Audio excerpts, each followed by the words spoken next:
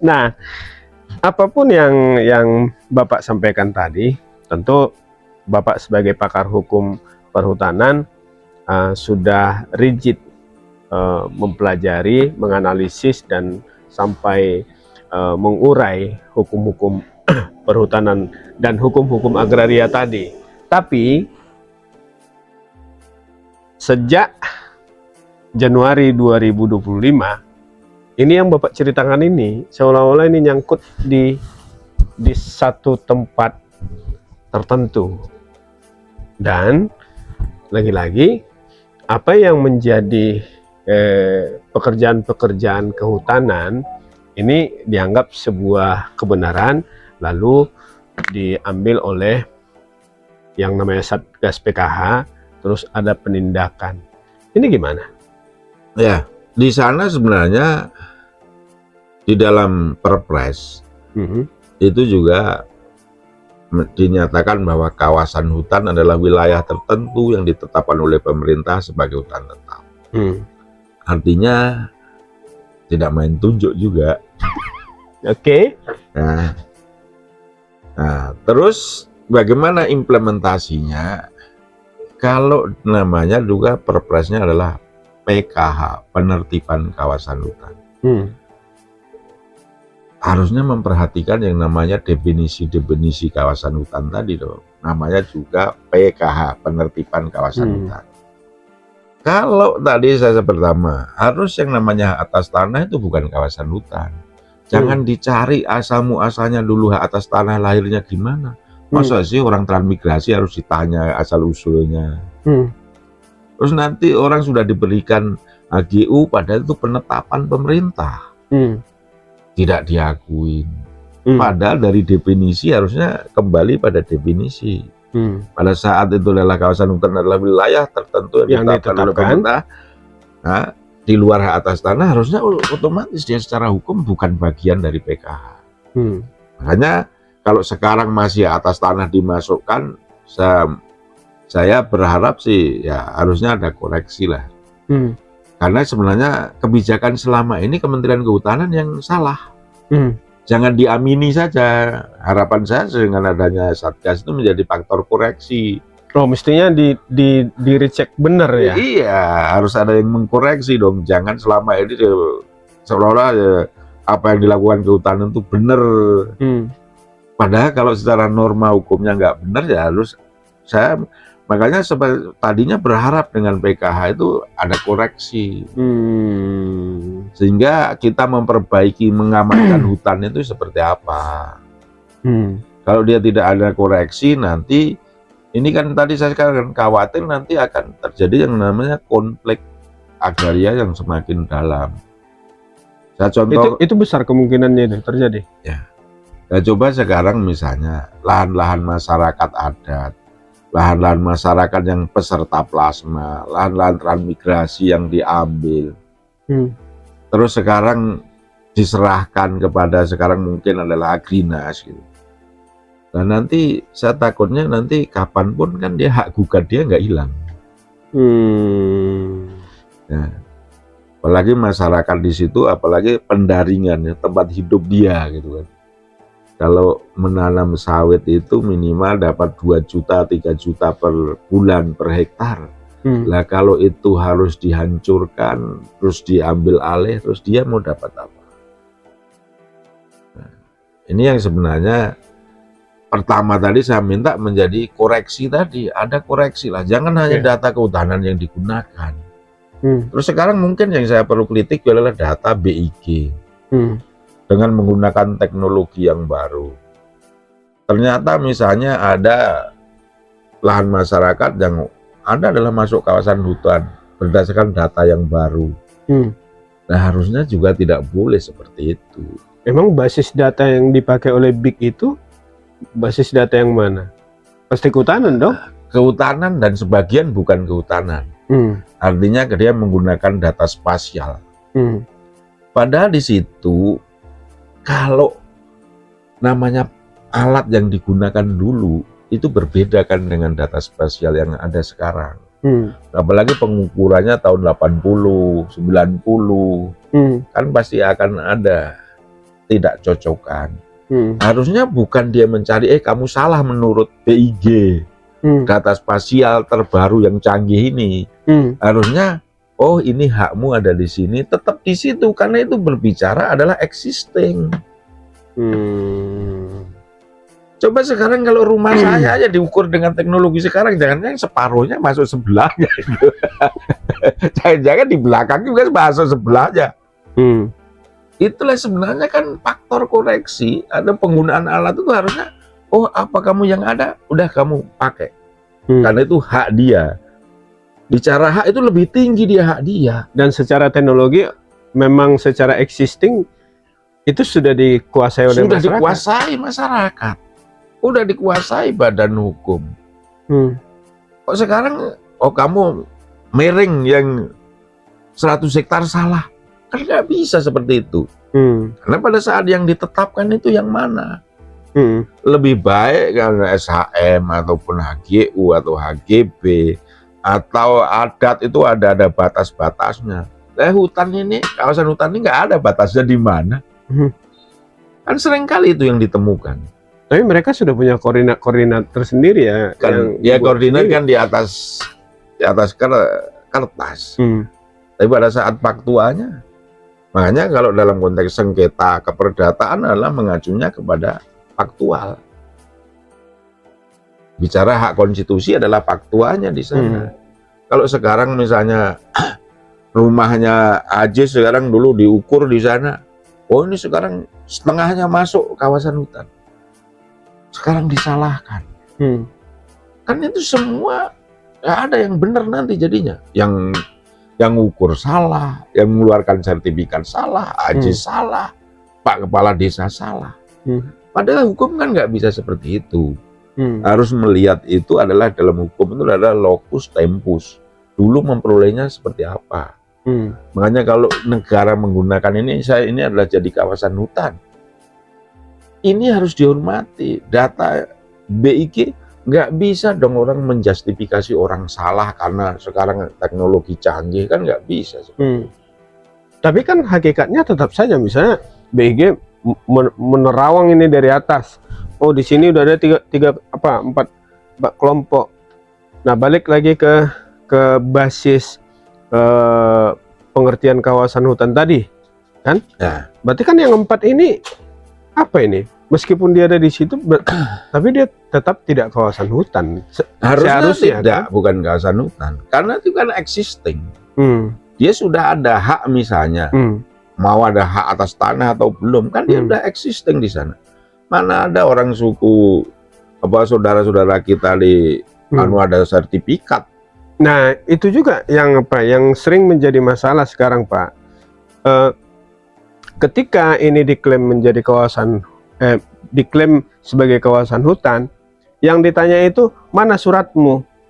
Apakah surat lembaran itu menjadi satu-satunya bukti kepemilikan atau seperti apa? Ya, memang ini menjadi dilema tentang kepemilikan ini. Bagaimana dia di dalam, kalau diklaim kawasan kan nggak mungkin akan lahir yang namanya bukti kepemilikan. Yang dimaksud di sini bukti kepemilikan dari pemerintah, misalnya sertifikat. Mana bisa? Sedangkan dia memang sudah ada di sana. Masa ditanya bukti kepemilikan? Harusnya kan pemerintah bertanya, kamu punya mana? Punya berapa? Punya mana? Ukuranmu mana? Kamu petakan aja kamu. Itu harus dibuatkan, kalau perlu dibuatkan suratnya. Itulah sebagai negara harus hadir. Karena balik-balik tadi itu hak konstitusi dia, hak konstitusi yang harus dilindungi oleh negara ya. Masa dia harus mensertifikatkan? Mana sertifikat? Pasti ATR BPN nggak mau, karena itu menurut kehutanan nanti adalah kawasan. Meskipun dia belum dikukuhkan, tapi kan tetap diklaim. Kalau antar pemerintah ya pasti tunduk lah.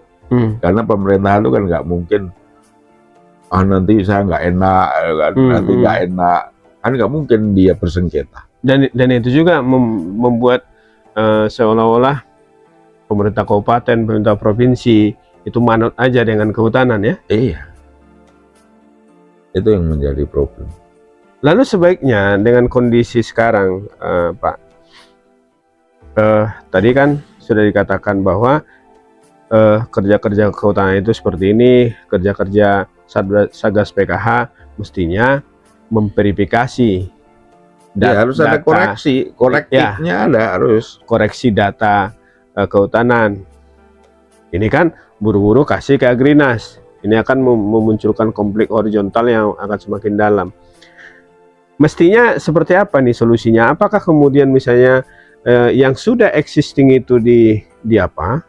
Suka tidak suka kehutanan harus merelakan karena keteledorannya atau seperti apa? Kalau tadi tentu namanya kawasan hutan. Ya kalau itu dinyatakan kawasan hutan, kenapa nggak dijadikan hutan? Kenapa harus dikelola? Padahal orang lain dikatakan ilegal, tapi dikelola sekarang boleh. Ini kan juga bertolak belakang. Artinya cara memahaminya juga, kalau memang sudah ada existing tuh haknya konstitusi masyarakat, kenapa nggak diberikan kepada masyarakat? Artinya udah dikelola dia, apalagi ada turun-temurun, kenapa nggak diserahkan? Itu kan bentuk negara adil, baru dilegalisasi. Situlah sebenarnya akan menghasilkan yang namanya database. Bagaimana database untuk pertanahan itu? Kalau ada haknya negara, di situ kan akan muncul hak negara itu apa. Ya. Sehingga ada kalkulasinya bahwa negara dengan memberikan itu ada potensi pendapatan dari negara itu. Dan juga bagaimana untuk pengelolaan wilayahnya. Coba sekarang kalau dikatakan ilegal, kenapa dia ikut pemilu? Di pemilu dia dirayu, dia diikutkan, tapi lahannya dikatakan ilegal. Nah, sebenarnya kan dia harusnya dilindungi di situ. Nah, masalah modelnya seperti itu pasti orang nggak suka. Bagaimana orang ilegal menjarah kok dilindungi? Kan kita harus tahu masalahnya. Kan kalau teman-teman melihat ini adalah melihat secara seolah-olah itu dia penjara dia. Padahal nggak juga. Karena apa? Otoritas pemerintahan ini misalnya di kehutanan banyak juga loh lahan itu yang nganggur kosong. Nggak ada hutannya pada kriterianya kawasan hutan. Tapi nggak ada hutannya. Kenapa nggak itu diberesi ya? Itu juga nggak diberesin. Tetapi yang tadi kalau yang kaitannya dengan perkebunan, itu datanya hanya 4,2 juta dari 32 juta hektar yang kosong. Artinya kalau dia di total dikurangi 4 juta saja, sebenarnya masih ada 28 juta hektar itu lahan kosong. Tetapi ini kan tadi menarik karena di situ ada nilai. Jadi yang ditertibkan ya yang 4 juta aja gitu kan. Ini yang harus digeber. Padahal yang lain ini yang namanya tanah kosong aja, rawa gitu, itu bisa sampai 6 juta hektar lebih. Kawasan hutan. Kawasan hutan. Tapi itu bukan yang diprioritaskan kan. Biarin aja karena dia belum ada tanaman orang. Kalau ada tanaman orang baru dihebohkan. Jadi kayak jebakan Batman aja nih ya? Jebakan Batman. Ajis nanti misalnya ada lahan kosong ini nggak pernah dikelola. Ajis tanam. Besok tanam baru diproses. Pada saat belum ada apa-apa, lu terbakar lo apa silahkan aja, nggak ada urusan. Oke. Nah soal itu tadi. Ini apakah kemudian nanti akan menjadi bom waktu, ya? Karena tadi Bapak mengatakan bahwa hak gugat itu tidak ada limitnya, ya kan? Hak gugat tentu tidak ada daluarsanya, nggak ada, dan pengadilan kan tidak boleh menolak untuk siapa orang menggugat. Ini apakah ini semacam bom waktu nanti ini yang akan terjadi? Ya saya kira itu yang harus pemerintah harus berhati-hati. Langkah dari pemerintah tentu saya berharap bahwa hutan ini harus dikelola dengan baik ya. Artinya tidak hanya mengejar dari sisi luasan, nah, kuantitas, tapi harusnya memang mengejar pada kualitas hutan itu sendiri. Jadi yang memang kalau sudah tidak ada berfungsi sebagai hutan, menurut saya sih lebih baik dikeluarkan dari status kawasan. Karena untuk memperdebatkan itu kawasan hutan atau apapun, kalau sudah tidak ada hutannya sebenarnya bukan kriteria sebagai hutan lagi. Nah, sebenarnya itu tadi kan sebenarnya langkah yang kalau memang mau dihutankan ya pemerintah harus mempunyai uang, harus merehabilitasi. Tetapi kan prioritas tadi, kalau ada di 32 juta hektar, kenapa yang diprioritaskan hanya yang sekarang ada tutupan sawitnya, yang lain tidak? Ini berarti kan pemerintah sebenarnya membiarkan tanah nganggur sebenarnya, yang sebenarnya fungsi dari hutan tidak terpenuhi, fungsi produksi tidak terpenuhi, sisi kemanfaatan dari lahan itu tidak terpenuhi. Nah, itu sebenarnya saya mengingatkan tentang kenapa yang diocok-ocok itu yang hanya ada tutupan sawitnya. Padahal itu adalah menurut saya sih itu bagian dari penghijauan atau reforestasi yang sebenarnya selama ini lebih berkontribusi daripada yang tidak ada hutannya sama sekali tapi dibiarkan saja. Nah, itu dalam konteks pada umumnya. Terus berikutnya tentu tolong juga pengukuhan ini untuk menjadi supaya ada kepastian hukumnya harus disegerakan. Tentu disegerakan ini adalah dengan jangan hanya menurut cara yang sekarang di kehutanan digunakan. Karena tadi misalnya dengan masyarakat yang dilibatkan juga kan bisa. Atau misalnya desa suruh membatasi desanya, mungkin dia patungan lebih cepat dia dapat. Dibutuhkan berapa biaya untuk mengelilingi desa itu kan lebih bisa dibebankan juga pada masyarakat, bersama dengan pemerintah daerah.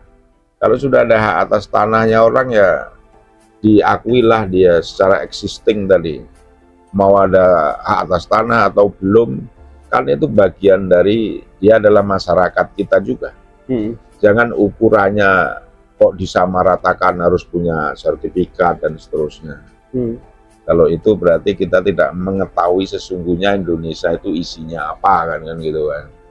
Karena kalau disamaratakan, kebetulan saya hampir seluruh Indonesia saya tahulah bagaimana kondisi masyarakat, apalagi sekitar hutan. Kalau harus mempunyai buktinya apa ya, buktinya ya dia memang dia punya tempat tinggal di situ, mungkin dia nongkrongnya di situ dan telah mengelola dia itu.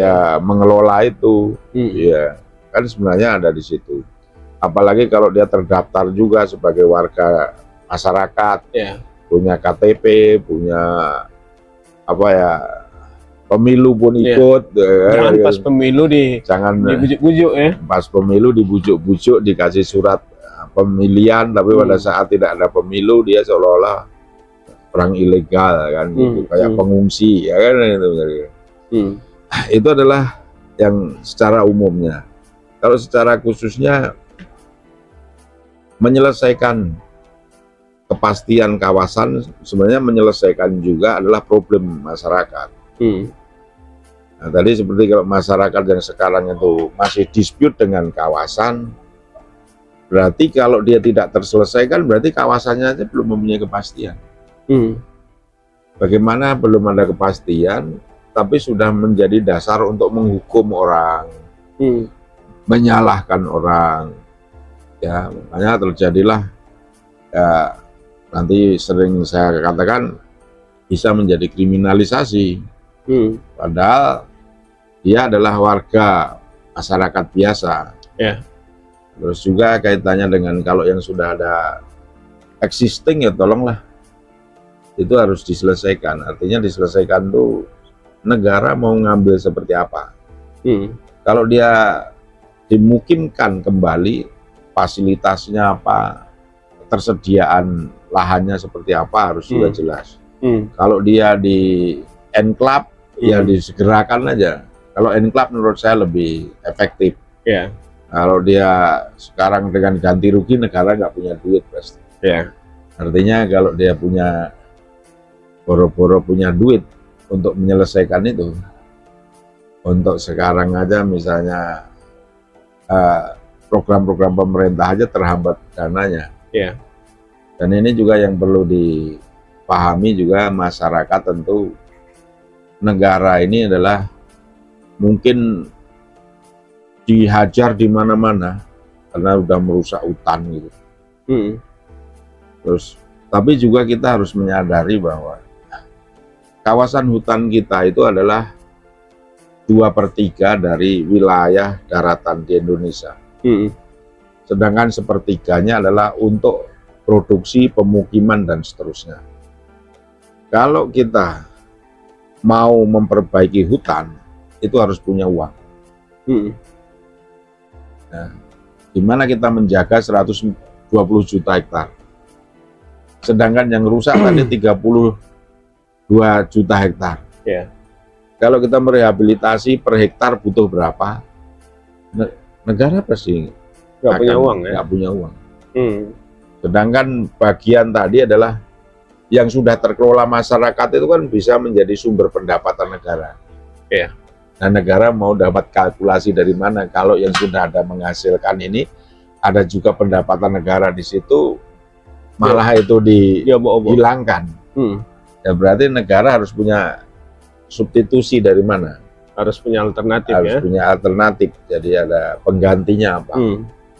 Saya kira itu yang saya bisa sampaikan, bagaimana kelola hutan di Indonesia itu sebenarnya sudah sangat problemnya sangat problematik, Hmm. terus sangat TSM, terstruktur, sistematis dan masif. Itu. Oke. Itu ya, Bang. Nah, mungkin sedikit Pak terkait Taman Nasional Tesonilo tadi, kan ada dua case besar sih di situ. Pertama itu tadi lahan-lahan yang sudah bersertifikat ini kan tetap ngotot disita gitu ya, disita. Nah lalu tadi saya udah katakan bahwa ada 28.606,8 hektar areal yang sudah dikelola oleh masyarakat sebelum Sonilo ditetapkan. sebelum Tesonilo, jauh sebelum Tesonilo ditetapkan. Ini data dari BKSDA Riau, Balai Taman Nasional sampai 2009 itu udah 28.606,8 hektar yang sudah dikelola oleh masyarakat. Barulah 2011 itu muncul SK tata batas definitif. 2014 penetapan. Tapi ini semua masuk menjadi taman nasional. Ini gimana? Saya kira cara memandangnya Tesonilo jangan hanya Tesonilo saat ini, tapi juga harus dipandang juga Tesonilo sebelumnya. Karena Tesonilo itu dulu yang dijadikan sebagai taman nasional itu juga jenis hutannya juga beda-beda. Tidak semua langsung konservasi di awal gitu ya. Karena dulu tadi ada aktivitas hak pengusahaan hutan, ada juga perkampungan masyarakat. Ya tentu kita harus melihat di Riau itu adalah ada yang namanya dulu misalnya di rencana tata ruang wilayah provinsi. Di sana ada nomor 10 tahun 94. Di sana sudah mengatur, saya berprasangka jangan-jangan hak atas tanah itu lahir karena memang peristiwa dulu yang sudah terjadi. Itu dasarnya adalah rencana tata ruang wilayah provinsi, atau juga rencana tata ruang wilayah kabupaten atau kota. Nah di sana semua perizinan itu dasarnya adalah RT/RWP itu. RT/RWP juga kalau khusus di Riau itu sebenarnya ada juga di SK penunjukan kawasan hutan. Nomornya adalah 1 Heeh. 175 ya. 173. 173 Mm-mm. ya 1986. 1986. Mm. Itu juga ada kekeliruan Mm. dari kehutanan pada saat itu. Mm. Karena di sana di poinnya ada harus segera dikukuhkan, tidak dikukuhkan. Ya. Terus di sana ada pemahaman pembagian wilayahnya hutan itu, fungsi hutannya ada yang namanya areal penggunaan lain garis miring hutan produksi konversi. Mm. Dan itu luasannya APA dan hutan produksi konversi adalah 50,4%. Mm. Dan jangan peristiwa yang di Pekanbaru dan itu nanti juga Batam, sebenarnya itu dasarnya dulu adalah memang sudah 50% itu sudah APL. Mm. Kalau APL garis miring hutan produksi konversi kan sama itu dengan APL. Dan itu saya pikir itu adalah yang dituangkan di dalam Perda nomor 10 tahun 94 yang lalu. Mm. Kalau kita lihat dari lokus dan tempus pada saat itu, itulah harusnya dihormati. Mm. Karena di Undang-Undang 41 pun pasal 15, kalau dia mau mengukuhkan kawasan menjadi kawasan hutan, itu harus memperhatikan rencana tata ruang wilayah. Mm. Artinya basis legalnya kalau wilayah dulu bukan kawasan, lo jangan sekarang disalahkan dong gitu.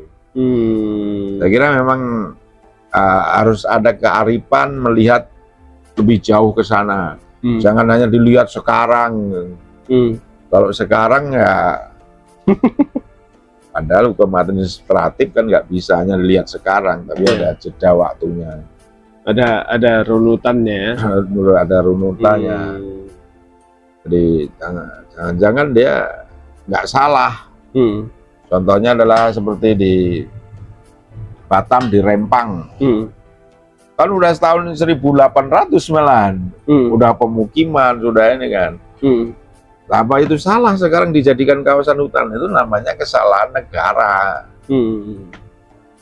Makanya tadi adalah perlunya inventarisasi tata batas untuk menyelesaikan itu supaya jangan dia HAM-nya tidak terlanggar kan di situ. Kalau bicara hak asasi manusia kan bicara hak konstitusi warga negara yang ada di situ. Nah, harusnya win-win solusinya ya enclave menurut saya dalam paling sehingga nanti mana yang belum benar-benar masih bisa dianukan itu ya dipertahankan. Karena kalau semuanya coba tadi berapa ribu dipindahkan, memang nyari tempatnya di mana? Nanti malah di situ, kan di tempat lain juga nggak jadi. Nanti pada saat orang di enclave atau dipindahkan, itu belum tentu semuanya berhasil. Pada saat dia tidak ada keberhasilan, pasti akan mencari tempat yang dia bisa survival, bisa hidup. Itu yang harus diperhatikan. Jadi merelokasi itu ya dipikir-pikir lagi, karena itu bukan perkara mudah. Bukan perkara mudah. Entahlah kalau kayak buang sampah ya kan. Karena dia negara harus juga secara kontinu harus bertanggung jawab terhadap kehidupannya. Padahal kehidupan bukan hanya masalah makan dan seterusnya. Bagaimana dia punya pendidikan, bagaimana dia akses terhadap kesehatan, akses terhadap hak hidup dia lah dari situ. Tapi kan ini tetap saja wah ini taman nasional, nggak bisa. Ini taman nasional harga mati, nggak bisa. Kalian harus keluar. Saya kira taman nasional, saya contohkan Gunung Bromo. Itu taman nasional. Apakah masyarakat Gunung Bromo diusir? Enggak juga. Anda kalau wisata Gunung Bromo kan naik ada masyarakat perkampungan, itu masuknya wilayah konservasi itu. Itu area konservasi. Konservasi, apakah dia diusir? Enggak.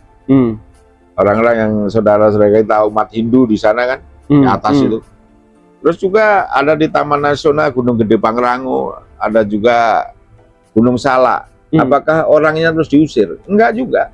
Bahkan di Gunung Pangrango, Gunung Salak itu lebih dari 20.000 kakak ada di situ. Kan nggak diusir. Artinya sebenarnya bisa bersama. Mereka di enclave. Dia dihormati karena haknya sudah ada. akses tetap dikasih. Oh gitu. Iya, makanya harus ada komparatif. Makanya kalau itu menjadi seolah-olah dia disalahkan, ada contoh-contoh di Jawa itu seperti Anda cari di Gunung Gede Pangrango, Gunung Salak itu ada. Berarti Satgas PKH sama Balai Taman Nasional Tapanuli itu perlu juga apa ya? Apa namanya? Orientasi Ya. ke tempat itu ya. Ya kan sebenarnya bahkan di Gunung Gede Pangrango, Gunung Salak itu udah ada sertifikat. Artinya boleh saja Anda klaim sebagai kawasan konservasi ya, tapi pada masyarakatnya jangan juga menjadi seolah-olah ilegal. Contohnya nanti kalau wilayahnya yang di mana, misalnya di Kalimantan, saudara kita suku masyarakat Dayak terus dikatakan ilegal karena wilayah konservasi, kan nggak benar gitu loh. Nanti saudara kita dari Jambi ada suku Kubu karena dijadikan kawasan taman nasional terus dia menjadi ilegal. Kan nggak bisa begitu. Oh jadi tadi Taman Nasional Gunung Bromo, Taman Nasional Gunung Pangrango, Gunung Salak, Gunung Salak, ada manusia di dalam itu ya? Ada. Ada. Itulah sebenarnya contoh itu tadi, harmonisi itu ada di situ, bukan terus orang-orang yang dianukan baru ditetapkan terus seolah-olah dia menjadi kriminal, itu enggak seperti itu. Artinya kalau dia ada terlambat ya harus bagaimana dia menyelesaikan, bukan menyalahkan, kan gitu. Iya. Cari jalan keluarnya seperti apa. Saya kira memang kearifan dalam tata kelola hutan ini sebenarnya dengan manusia itu nggak bisa dipisahkan. Iya. Nah, kalau dia nanti dipisahkan, misalnya apalagi manusianya bertumbuh, apa dia mau itu teman-teman menjaga hutan terus saja terus? Apa dia bisa 24 jam jagain? Iya. Oke. Ini kalau bicara soal kawasan hutan, apalagi situasi yang ada sekarang, ini nggak bakal ada habisnya. Karena apa? Karena ini sesuatu yang sangat menarik, bersentuhan bagi banyak orang dan bagi banyak kepentingan. Tapi itu tadi ada banyak poin yang sudah kami suguhkan untuk Anda, terutama masyarakat yang saat ini resah oleh kawasan hutan dan Satgas PKH. Yang pasti apa yang kami suguhkan ini bukan sebagai tindakan provokatif yang kami lakukan, tapi ini adalah sebuah edukasi karena kami yakin bahwa banyak masyarakat di sudut-sudut negeri sana tidak pernah mendengar apalagi memahami apa yang disebut dengan kawasan hutan beserta dalil-dalil hukumnya. Ini tentunya sebagai bagian dari upaya kami untuk memberikan berbagi pemahaman lah kepada masyarakat semuanya. Terima kasih Pak Dr. Sadino, pakar hukum sama-sama Kehutanan Universitas Al-Azhar Indonesia yang sudah memberikan banyak pemahaman kepada kita. Kami saat ini sedang berada di Bona Homestay di kawasan Parung, Bogor, Provinsi Jawa Barat. Tempatnya Kang Dedi. Tempatnya Kang Dedi, KDM. Ganti sawit. Ya, itu teman-teman semua dimanapun berada, terima kasih. Terima kasih, Pak. Sama-sama. Sehat-sehat. Alhamdulillah, amin.